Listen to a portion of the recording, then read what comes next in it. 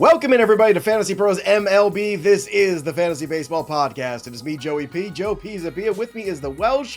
We've got real baseball happening in less than 12 hours from now of us recording this incredibly important, perhaps some might say even the most important show of the season. That's right. It's the all-sleeper team. We're going to talk about this. And Welsh, this feels right. We're talking about sleepers, baseball that counts is back. Royce Lewis is hurt. It feels like we're in the thick of the season. Yeah, everything is normal. You're 100% right about that. I had a friend text me like, oh man, it's March and Royce Lewis gets hurt. It's baseball season. I'm like, yeah, he gets hurt in March, April, May, June, July. It all seems about the same. But you're 100% right. As people are watching this, we should have our first game, just like we all love it. Our first game on the West Coast being played at 3:30 a.m. The great reasons why ESPN, really fought hard to re-up that deal with MLB. But yes, it is actual baseball. Royce Lewis is hurt. All is kind of right in the world.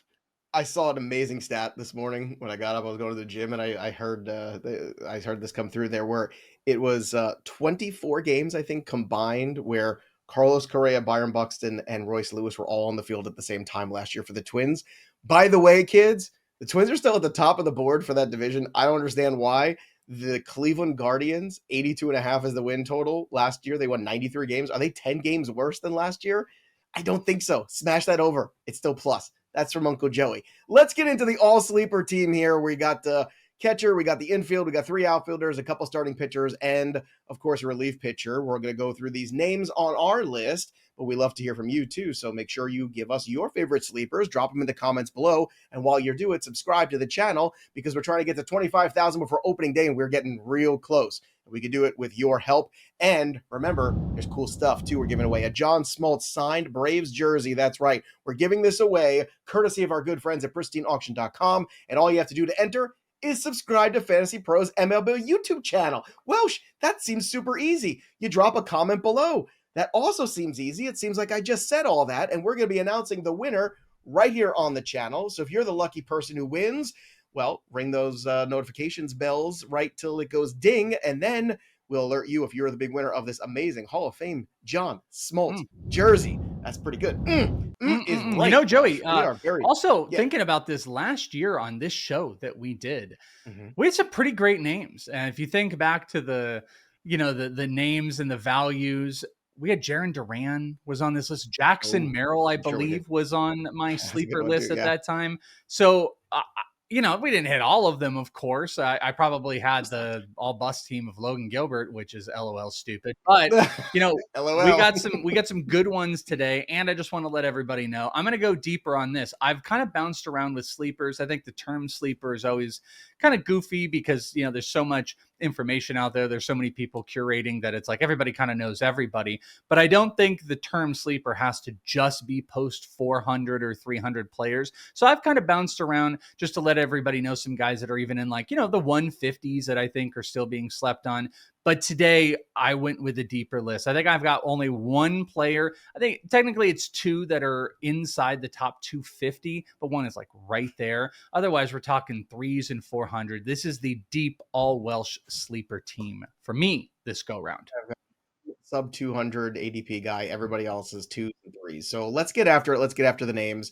And let's start at the catcher position here. We're going to go around the diamond here. Welsh, who is your sleeper catcher for 2025? Well, there's a lot of names I like to draft. I think your name is probably the top guy in the sleeper market. The guy I'm drafting the most in the all Welsh team is Austin Wells. Wilson Contreras, Austin Wells, who I've talked about. Your guy is probably the top of the sleeper list, but I got one more for you in 2 catcher leagues that I was trying to take in a lot of spots. And this is a deeper name, ADP almost in the 300s at 290, probably being held up a little bit by NFBC, but I'm going with Joey Bart. Throwback Joey Bart with the Pittsburgh Pirates, who looks like he's kind of locked in to be the catcher this year. Obviously, they've got Henry Davis. Henry Davis also can kind of move around, play outfield positionally. But Joey Bart's having a great spring. He's hitting 357. We're seeing a bunch of power, 3 homers so far this spring, and a 6 to 8 walk to strikeout ratio. So, you're just seeing really, really good contact numbers. He's going to be the primary catcher. He had a pretty good run at the end of last season as well. In total, he had 13 homers with the 265 average in 250 at-bats last season. as a whole. So I'm really feeling good about that. He ended the season with a 280 average post All-Star break and around just under 200 at bats. He had 7 homers, 280, 340 OBP. He's carrying a good season, a good second half of the season over into a really good spring on a Pirates team that I think is kind of sneaky. Pending where they end up putting him, there's some prime RBI opportunities with guys like Brian Reynolds and O'Neal Cruz. I really like the prospects of Joey Bart potentially being able to push to be a top 12 catcher, if not in 2 catcher leagues. He is my sleeper catcher. I like this one, and I love the post-hype guys too. We heard about Joey Bart for so many years, and sometimes it doesn't work out. It's funny. I think for a lot of hitters too, getting out of San Francisco tends to be a good thing. I always wondered what Brandon Belt would have looked like if he played somewhere else back in the day, right? And Remember he was Brandon Belt? Because he went and played, I think it was like Toronto, and that didn't work out. I mean like in his prime, sure. Early days before all the injuries and stuff. I was like, man, we can just get this guy out of San Francisco. What would he look like? Yeah, the Toronto days by then, he was a beat up old man. I can't do the neck thing. He had the biggest neck. It was like a giraffe. Well, not as much as Mike Glennon, but I digress. My catcher is Ivan Herrera. No surprise here from the St. Louis Cardinals. Talk about a good spring. He's having one, hitting 348 with a 484 OBP, 1223 OPS. He's got a homer in about 31 plate appearances as of recording this. Look, last year he hit 300, 372 OBP. It's not a joke. It's not a fluke. He was a 280 hitter in the minor leagues, a 392 OBP, and I think he could do a lot worse. Is he going to have enormous power? No, that's not going to be his game. But especially in roto leagues where you're trying to make up some ground and batting average, what a great opportunity to do it from the catcher spot. I mean, you can find some guys that'll hit you 20 home runs at catcher. Finding a guy who's going to hit 300, it's a little bit tougher to find. And now that Ivan Herrera is going to be the main guy over there, I think he is a tremendous selection here. What we hope. That's what we hope. The only thing, the Cardinals get funky sometime. Pedro Pejas is kind of floating around there. But Herrera is the guy. And as I mentioned, this is a guy that I would have picked for this had you not. Because I think his underlying bat skills are going to be able to hold off Pedro Pejas from being any type of the main guy. And Wilson Contreras. And they need offense. And they need offense. St. Louis. Exactly. More on the Cardinals later in the show. Yeah. We'll talk about that. My first baseman, and I know some leagues he's DH, but I'm going to bend the rules a little bit here. The man-child, Kyle Manzardo. We've been waiting for this guy. It came up through the Tampa system. We talk about, spring training doesn't mean anything except for the players. That means everything too. And I think Kyle Manzardo is one where it means something. Last year he was really kind of getting his feet wet here with the Cleveland Guardians. This year, he's going to be hitting right after Jose Ramirez. He's going to have a lot of opportunities to drive in runs. Kwan's ahead of him as well in this lineup. This is a good spot here for Manzardo. And so far, this spring, the adjustments that he's made this offseason, he's talked at length about them. I've seen a few interviews with Manzardo. They're working. Hitting 368 with a 1073 OPS, currently 3 homers and 7 RBI. Now, he's going to strike out a little bit, but Welsh, if you're looking for some power at the corner spots here, or utility spots, depending on your league rules, I think Manzardo's a guy that can give that to you. I could see a path for him to hit 25, 30 homers this year. I love the spot in the batting order. That matters. Who matters to you as a sleeper potentially? Manzardo is the 37th first baseman off the board, 347 overall. Who is your first baseman? Because he is even deeper than mine. This is the deepest play. I've talked a lot about him. I would have picked Kyle Manzardo too. I think that was a good one. But the guy I've been talking a lot about qualifies. It's potential in some places, maybe just outfield. He also does qualify in first base in some spots. It's Arizona Diamondbacks, Pavin Smith, and this has been one I've been pretty vocal about. He has got a 459. I believe this is ADPs I pulled up. I don't remember if this is rank or ADPs, but it's post 400 either way. And I've talked at length about the spot where he gets to be the strong side platoon guy. He's their new Jock Peterson, and he played like Jock Peterson. Great contact numbers, high contact rate, good 50th percentile EVs of over 100 versus righties, which is the strong side platoon he'll go against. Last year, he hit 282, crushed 8 homers in just over 100 at bats. He also plate appearances. He also hit 272 in the second half last season. And as long as they make the commitment to keeping him in the strong side platoon, which they've pretty much done, then, if he gets 450 plate appearances, you might see 20 plus homers out of him. He's super cheap. He's absolutely free. He might have multi-position qualifications. And the only worry that's out there is you've got Randall Grichuk, who's going to play the small side platoon. And then if they try to mess around and if they just say, well, we want Lourdes to come out of the, the outfield and maybe DH, maybe that takes a few at bats, but it does seem like they're pretty committed to it. And he's had a good spring as well. He's hitting 273. He's got a couple homers. Walks and strikeouts are there. It's just a very solid spring that I think they feel comfortable with it. He is $3.99. And if he does what Jock Peterson did last season, we're talking about more than doubling his fantasy value. So he is my deep sleeper at first base this year. Let's continue on the diamond. Second base, Welsh. Who do you have? All right, over at second base, scrolling back to it, I was actually shocked that you didn't pick this guy. I am going with Thairo Estrada. Thairo Estrada with the Colorado Rockies. I'm glad that you left him for me because, picking like deeper names are not quite there. Obviously, 2000. Well, speaking of guys, right, you want to get out of San Francisco and see what they could do in a place like Colorado. I mean, that's pretty fun. Wasn't this one of his guys on the... I want to say when we did fantasy. Yeah, exactly. Right? Yeah, he's just Luzardo. He was in my mix. I felt like, well, Frank talked about him. I don't want to talk about him. I'm glad you talked about him because I was going to pick him. But in case you missed it, any of the Fantasy Fest, you can go back and watch it on the YouTube channel. We've got all the channel up there now, the playlist rather. So that's all available. So you can get, if you haven't done any research, you haven't done any work, you could go watch that for, 2 hours, 3 hours and just get like ready to go for all of your drafts. Got a great group of guests on there. But Welsh, let's get back to Estrada because I know what Frank was talking about was, hey, this was a guy who was really consistent. Last year was very injured.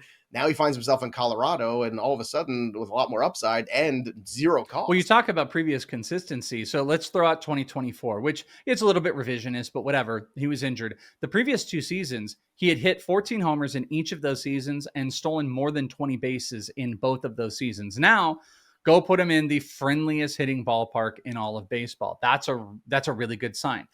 This spring, also really great. He's hitting 400 so far this spring. Solid. The stolen base, he's got a couple stolen bases in there. And based on that lineup, yeah, he could hit lower in it, but there's opportunities where they could pop him up higher. I think he's going to be aggressive on the base paths. He's got an opportunity to be in that lineup. And if I can get even 10, 20, or if he plays out how he used to be, you could be looking at 15, 25 at an ADP that is outside the top 300. He's the 32nd second baseman. It is outside 319 so far. He's free, and I think he's a great, great bet. We're not really chasing stolen bases quite like we used to before, but second base can get a little it can get a little bit questionable when you get deeper. This is a guy with full opportunity. Power potential could come up in Colorado, and there's no reason they're not going to steal. You saw Brenton Doyle do it. I think you'll see Thairo Estrada do it as well.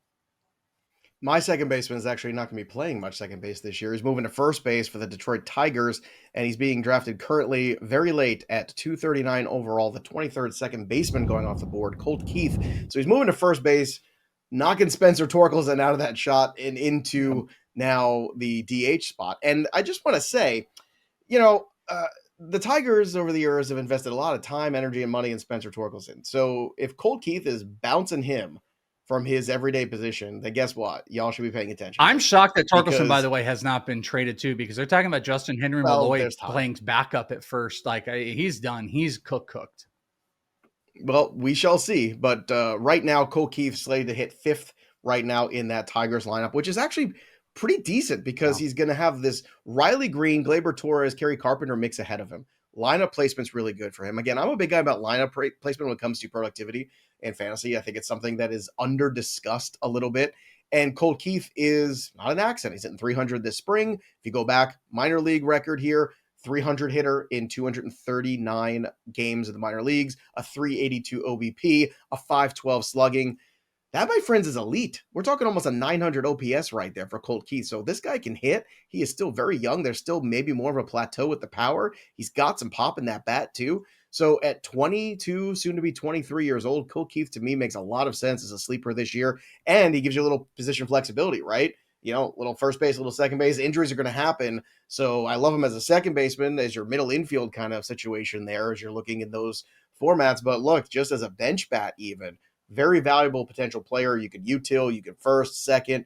We'll see how the season goes for him. Next on my list at third base, Luis Rengifo of the Los Angeles Angels of Anaheim. Now, Rengifo all of a sudden is getting some good medicals, and that's what we want here. That's the I think most important thing is the health, because we all know if you're not healthy, well, you got nothing. So that is what we're striving for here. And this is a guy who also qualifies in some leagues at multiple positions, qualifies at second, qualifies at third. He was dealing with a hamstring issue, but he's going to be on track for opening day. Last year, in 78 games, he stole 24 bases, did hit 6 home runs. If he can give you, let's say, 35 steals and a dozen home runs this year, and I'm not trying to extrapolate, even 10 home runs, that would be great. But he also hit 300. Find me guys with batting average, with a little bit of pop, and 30 steal upside, and I'm very happy. I think he's a great guy to slide in. And it's funny, Walsh, because I'm starting to come around to some of these cheaper guys on the Angels, like Neto, like Rengifo, late in drafts, because they're productive hitters. The Angels are going to score some runs this year, even though we don't like the Angels to win a ton of games. It doesn't mean they're not useful in fantasy, and they are dirt cheap. At third base, who made your all-sleeper team? Yeah, I like Luis Rengifo. I think that's a really good pick. We just want him to be healthy and get out there. And frankly, now that you just sparked it for me, a sleeper that I'll just throw out there for people is a guy that could push Luis Rengifo off of third base so he's playing other spots. Could be Christian Moore. If Christian Moore breaks camp, he is kind of free at this point. So Christian Moore and Cam Smith, those are the two guys at the hot corner too, especially that. Look, if they want Cam Smith to start taking some balls in the outfield, but he qualifies at third base, those guys are going to enter this season at some point. Maybe sooner than you think. To be frank, like Cam Smith belongs to Joe and Christian Moore to me. Like that, of what we've talked about. Those actually would have been really good sleepers to have here. So just pin that in. Well, we mentioned them on the show, so officially they're like the alternate third baseman. But I wanted to give somebody that, I think was a little more practical. But if you're shooting the moon here and you're in deeper leagues or those drafted holes, whatever, man, you got to be rostering these guys. Yeah, and the guy that I'm picking with the Brewers is Joey Ortiz. Joey Ortiz, also probably not going to be playing third base, though they're talking about all these different combinations of maybe Ortiz at short, maybe at second. They can move around, but he's a third baseman from last season.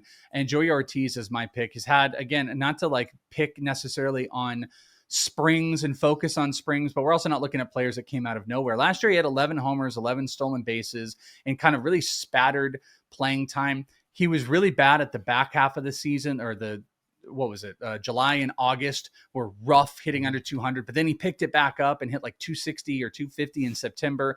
He's having a great spring, hitting 345, tons of extra base hits. He has 10 hits in spring. 6 of those are extra bases, 2 doubles, 2 triples, 2 homers. He's also been aggressive on the base paths. He's stolen 3 so far, and the walk to strikeout ratio is right there. He's really showing off just a little bit more power, great plate discipline, and he will be playing all this season. And that's the really big key.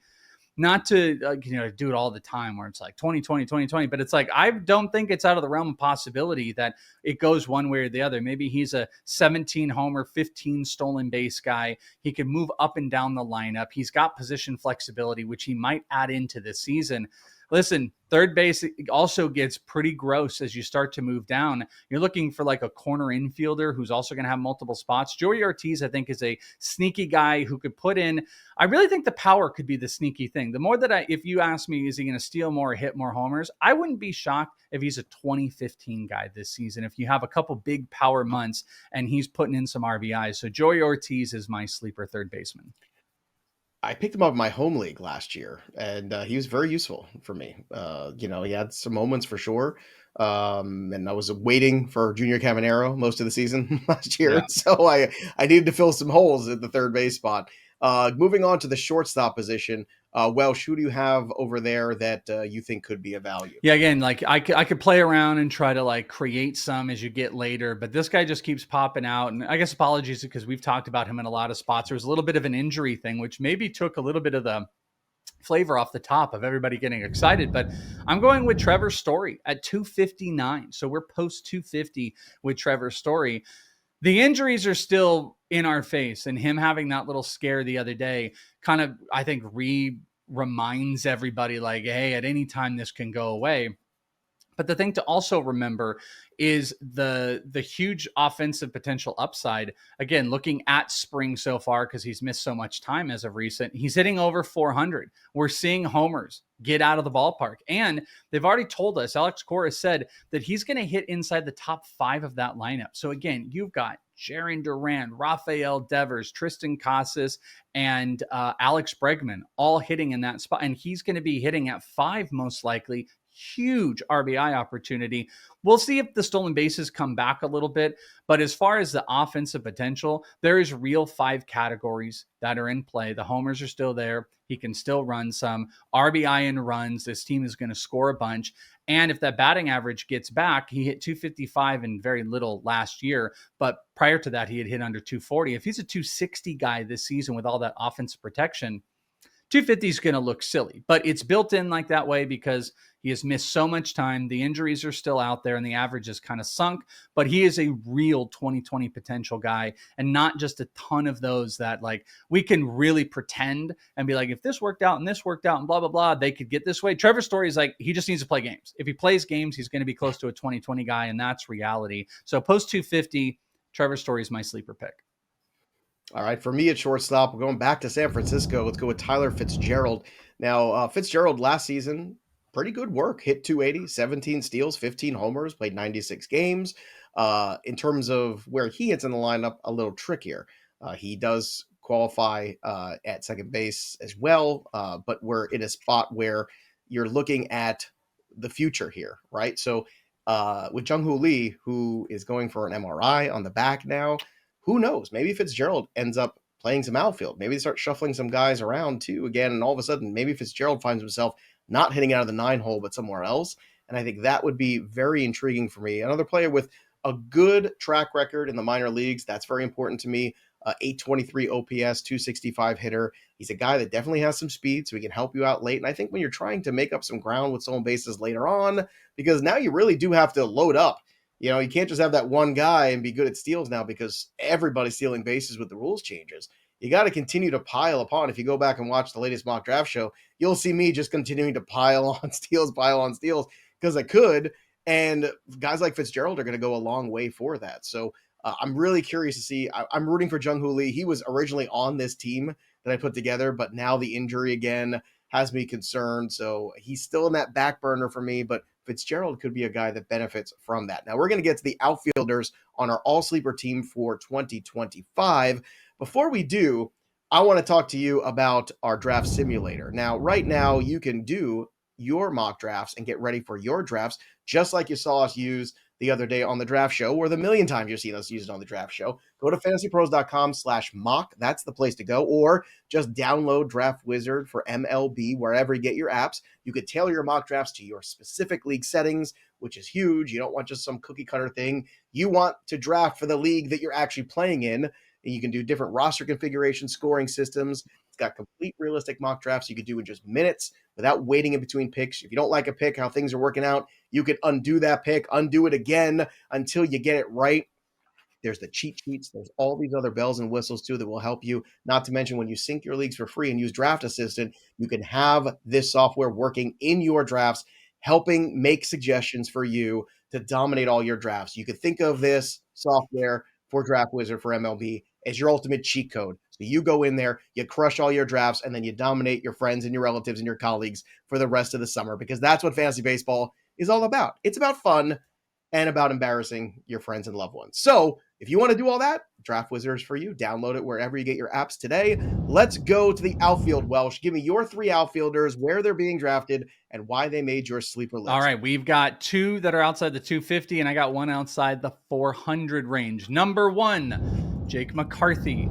The reason that you can wait on stolen bases is there are stolen bases plentiful later in drafts. Victor Robles has been a very popular name I've talked about, but he's inside the top 200 now. But Jake McCarthy, Rake McCarthy is not. He is at 247, so he's like right there at that 250 marker. The thing I love about him too, no bad lefty splits. He can hit versus both. He's got really good contact numbers. He's aggressive on the base paths.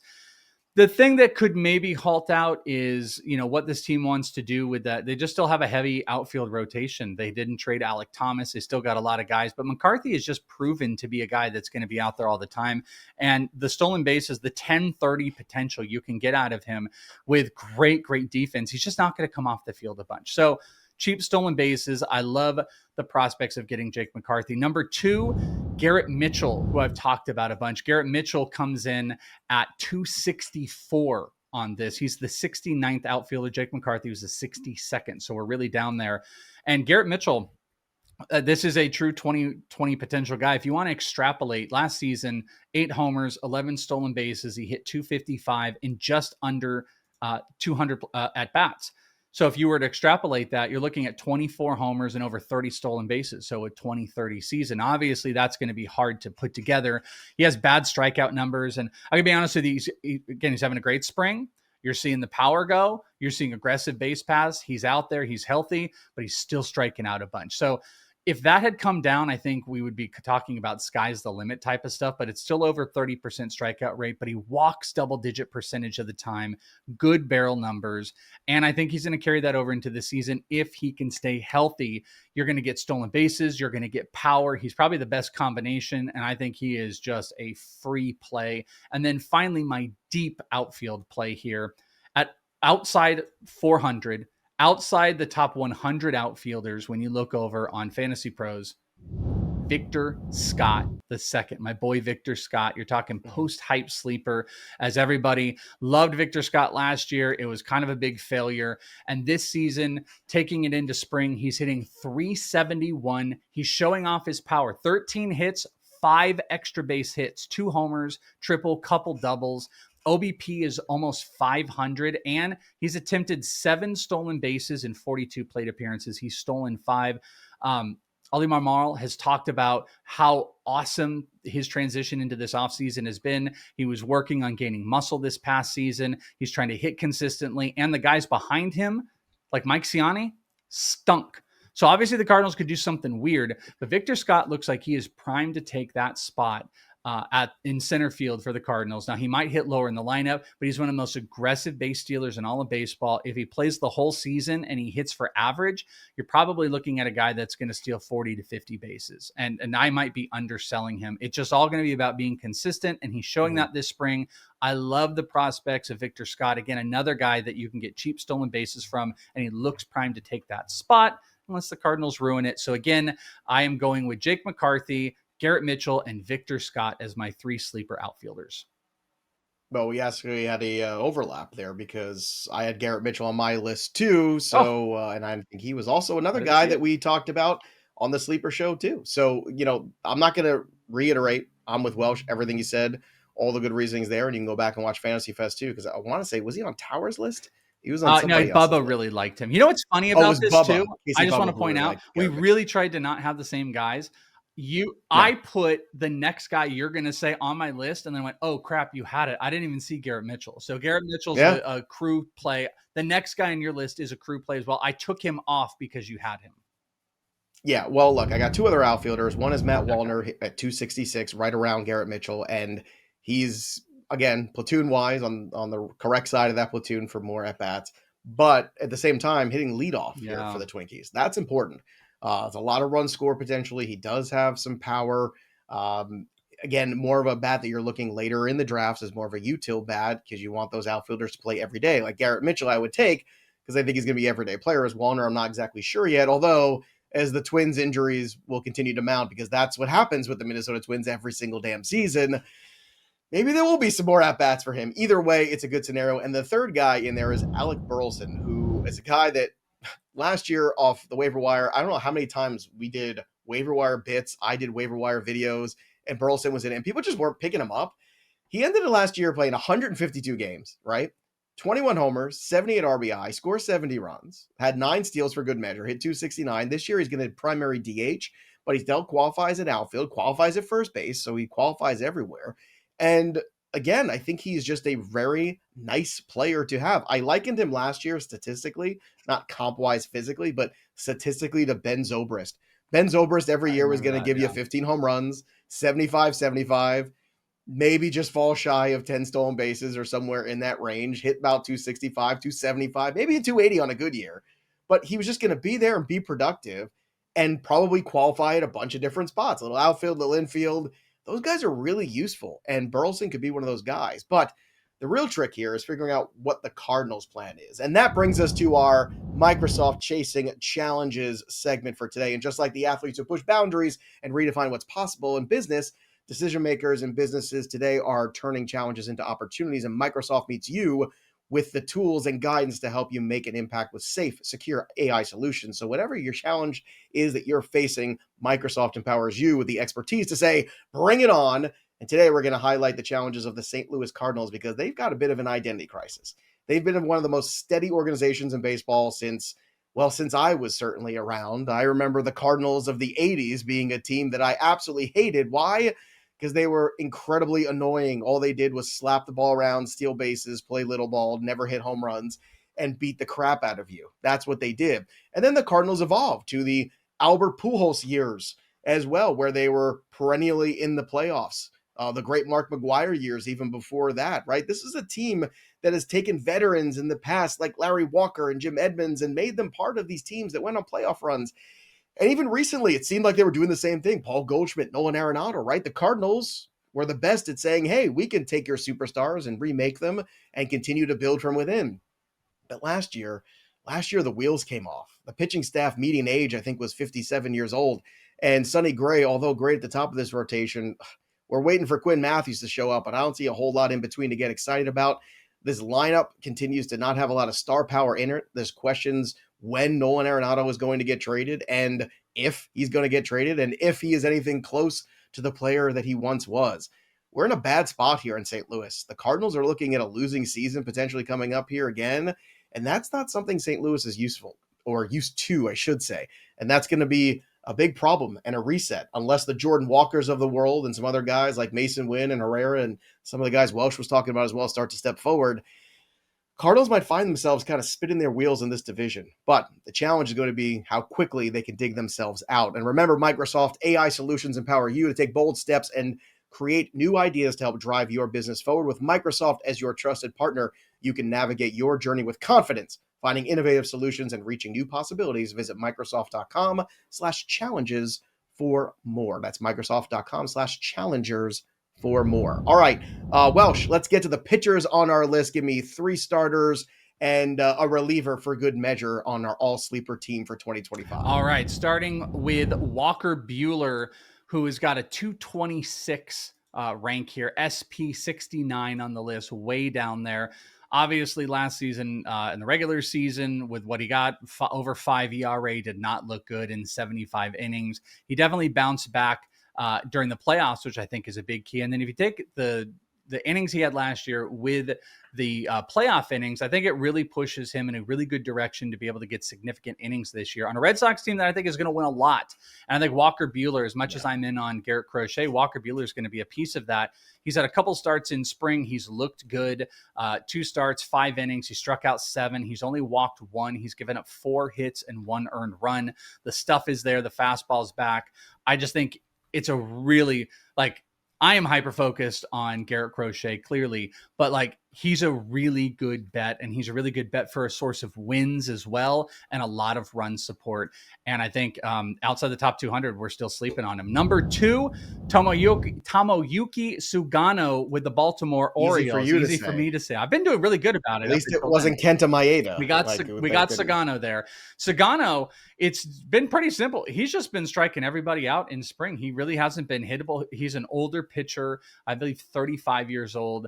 The league is not caught up to him. These guys usually, especially coming over from Japan and whatnot, you'll see these guys have some early success until the league catches up. But I'm kind of optimistic with where the strikeout numbers are and how he's hiding the ball that, we might get a season-long run. It looks like they're going to push innings. They need him because Grayson's out. So Sugano with a rank out almost outside the 300s at 297 SP 88 is my number 2 starting pitcher. And number 3 is with the Atlanta Braves, Grant Holmes, who is 307, pitcher 93, is being converted into a starting pitcher and from a relief pitcher. And the thing that's working really well is he's upticked his changeup, and his changeup has put up some really great different stuff plus metrics, have graded out that that changeup to be really high. And it was like a pitch he threw 1% of the time last year. So far in spring, it looks like it's around like 8%. And what's so great about that is with his slider and curveball, those had 40% whiff rates last season. Now you throw a changeup there that's going to get high whiff rates. His fastball's sitting 94, 95. He's got 3 punch out pitches. He's walking a little bit, but he is free right now, and he might stack some wins with Atlanta, and we might see some strikeouts pile up as well. So I'm going to go with a deep play in Grant Holmes. And then finally, my relief pitcher.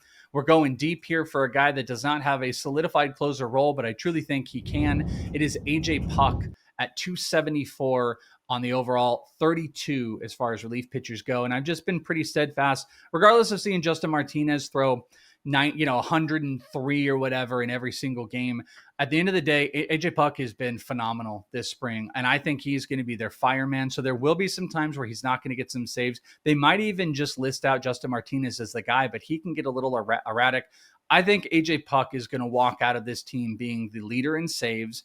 I would not be shocked to see over 20. I'm not putting my expectations in that he's going to lead the league, but he's going after all of the big guys. He's towards the end of your draft. And if you've already gotten 2 established closers, I think AJ Puck is a great bet on a guy that's either A, going to take the job, or B, be a guy that's going to get a decent amount of saves and really help your ratios with big strikeouts. So AJ Puck is my reliever, and my starters again, Walker Buehler, Tomoyuki Sugano, and Grant Holmes. By the way, just a reminder, Grant Holmes qualifies at RP in a lot of spots too. So if you're trying to game the system a little bit, don't forget in those mandatory RP leagues, you could also play Holmes there. Nick Pollock on our pitching guide, ultimate pitching guide number 2 that we did, he went on a nice little diatribe about Grant Holmes too, and he really liked him. So you can check out what Nick said on the show here. Again, it's on the YouTube channel. You can go find it there. Just click on the videos. I love the Puck one too, because I'm with you 100%. He's another one of my favorite late closers. You know me. Joey P loves the late closers. Like give me the late closers. Oh, and Walker Buehler's another one too. I just took Walker Buehler in the Raz Slam too, and they draft and hold. Again, it's all upside, and he's looking pretty good this spring. All right, so for me, here are my starting pitchers. At 225 overall, Gavin Williams of the Cleveland Guardians. I know every expert, it feels like, is talking up Gavin Williams, and you know what? It's still not enough. I was in a draft last night, and Gavin Williams went far too late. And guess who took him? This guy. And right now, if you're looking at what he's doing this spring, it's not good. It's dominant. 8 innings so far, giving up just 5 hits. He has 16 strikeouts and 2 walks, Welsh. Oh my. Gavin Williams is ready. And the fact that you've got Gavin Williams and Bobby at the top of this rotation, eventually you hope at some point Bieber comes back. But they don't have to all be 7-inning pitchers. You know, these guys can be 6-inning pitchers and turn it over that incredible bullpen and still be very successful this year. There's still a lot of bridge to win, even if Williams is babied a little bit. Nick Lodolo at 230 overall. Lefties take a little bit longer in the pressure cooker, just historically speaking when you look at it. And Lodolo, I think, is on that precipice of being a guy that you could really see taking a big step forward. He cost you very little to find out. He pitches on a very young, exciting team also. Having a decent spring, and Lodolo, I think, is another one of these pitchers that I'm looking to take a step forward this year. And if he doesn't, you cut him. It's not a big deal, but I think he has real sleeper potential. We saw the strikeout ability in the minor leagues, and it is high. Max Meyer of the Miami Marlins, one of our favorites on the show historically, 352 overall. Talk about free. Maybe he's free 52. That's what he is. He is another one who's going to be limited. Like, is he going to get to 150 innings? Maybe. But can he give me 120 quality ones? I think the answer is yes. And a tease to that, Lance Brozdowski from the Fantasy Fest. Check out the breakout pitchers. Lance talked about Max Meyer and loved. I watched that. That's another thing to push. See, even I watch the channel. I mean, come on. Even if I'm not on, I'm watching the shows because I want to hear it. Lance was terrific. Yeah. That was another must-see one. But Max Meyer, another one where we've been waiting, and he was so electric a couple years ago. Then the injuries, then the mismanagement last year. I think we're finally done with all of that, and he's going to have this rotation spot locked up. So Max Meyer, Lodolo, Gavin Williams, those are my starters. And Jordan Romano at 217, my closer. And I think Romano's just being forgotten. A very steady closer, very solid for the Blue Jays for years. Again, health issues, now finds himself with the Phillies in a spot where he's going to get plenty of opportunities for saves because that pitching staff is great, 1 through 5 potentially. Really good. And now you're talking about handing over a lot of leads, and I think the Phillies are going to win that division. And that's a Met fan saying it. I think the Braves will still continue to get guys back. They might get hot late, but I think this is the Phillies division to lose, so give me Jordan Romano. So here are the names on my all-sleeper team for 2025. Ivan Herrera at catcher, Kyle Manzardo at first base, Colt Keith at second, Luis Rengifo at third, then at short, Tyler Fitzgerald of the San Francisco Giants. My outfield, Alec Burleson, Garrett Mitchell, Matt Wallner. The pitchers, Gavin Williams, Nick Lodolo, Max Meyer, and Jordan Romano closing. Welsh's all-sleeper team for 2025, Joey Bart at catcher, Pavin Smith at first, Thairo Estrada at second, Joey Ortiz at third, Trevor Story at short. The outfielders, Jake McCarthy, Garrett Mitchell as well, Victor Scott, love that one for the Steels. And then the pitchers, Walker Buehler, Sugano, Grant Holmes, and AJ Puck closing things out. But those are our names. Who are yours? Drop your comments below. It just might win you a John Smoltz jersey if you do. And don't forget, don't just give us the sleepers, give us the ring on the click to subscribe, and give us the follow at FantasyPros MLB. That's FantasyPros MLB, the place for fantasy baseball, leading off live on Twitch, here every day on the YouTube channel as well. We are blowing up, baby. It's because of you. Help us get to 25,000 subscribers by opening day. I think we can do it. That'll do it for us. But the story of the game goes on. For the Welsh, I'm Joey P. We'll see you next time, kids.